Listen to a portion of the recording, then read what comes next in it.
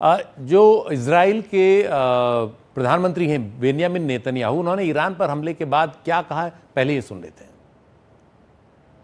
Israel launched Operation Rising Lion, a targeted military operation to roll back the Iranian threat to Israel's very survival. This operation will continue for as many days as it takes to remove this threat. For decades, the tyrants of Tehran have brazenly, openly called for Israel's destruction. They've backed up their genocidal rhetoric with a program to develop nuclear weapons. Now, as Prime Minister, I've made it clear time and again, Israel will never allow those who call for our annihilation to develop the means to achieve that goal. Tonight, Israel backs those words with action. We struck at the heart of Iran's nuclear enrichment program. We struck at the heart of Iran's nuclear weaponization program.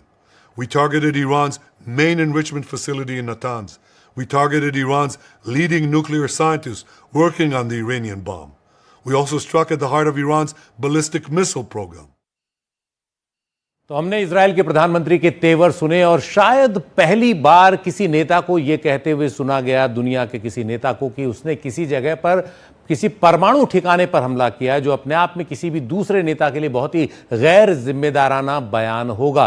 कमर आगा साहब हमारे साथ हैं, मोहम्मद गजाली भी हमारे साथ हैं। गजाली, मैं आपके पास आऊँगा।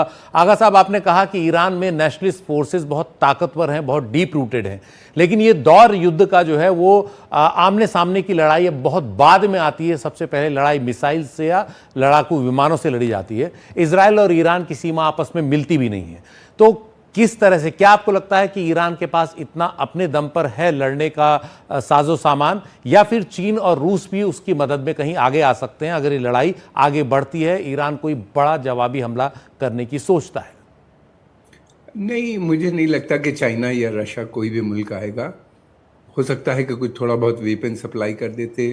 फिर हमने वहाँ भी देखा, सीरिया में भी रशिया ने का जो रोल था बहुत वो नहीं था। उन्हीं ने कभी भी इजराइल को अटैक करने से सीरियन ठिकानों पे नहीं रोका, और वो खुद स्वयं अपने युद्ध में फंसे हुए हैं यूक्रेन के साथ, तो वो नहीं आएंगे। और चाइना की ये पॉलिसी नहीं है कि किसी दूसरे के साथ लड़े, वो तो बल्कि अपने को बचाते रहते हैं हर वक्त, उनकी पूरी कोशिश होती।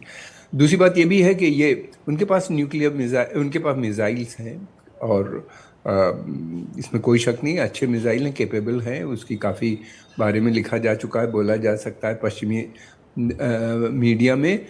लेकिन ये भी तो सोचना होगा कि अगर जब वो अटैक करेंगे इजराइल के ऊपर, तो इजराइल उससे ज़्यादा भयंकर उनके ऊपर अटैक करेगा, जैसे कि हिजबुल्ला के साथ किया था।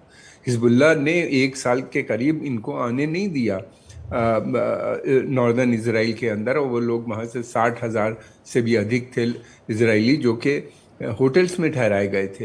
लेकिन बाद में इजराइल ने लेबनान में, जो बेरूत के सबर्ब में, और बेरूत में जब बॉम्बिंग शुरू की सिविलियन ठिकानों पे, तो लेबनान हिजबुल्ला जो था उसके पास कोई जवाब नहीं था, और वो फौरन सीज फायर के लिए एग्री कर गया। इसी तरह यहाँ भी होगा। ये क्षति तो पहुँचा सकते हैं, लेकिन उसके नतीजे बहुत भयंकर होंगे।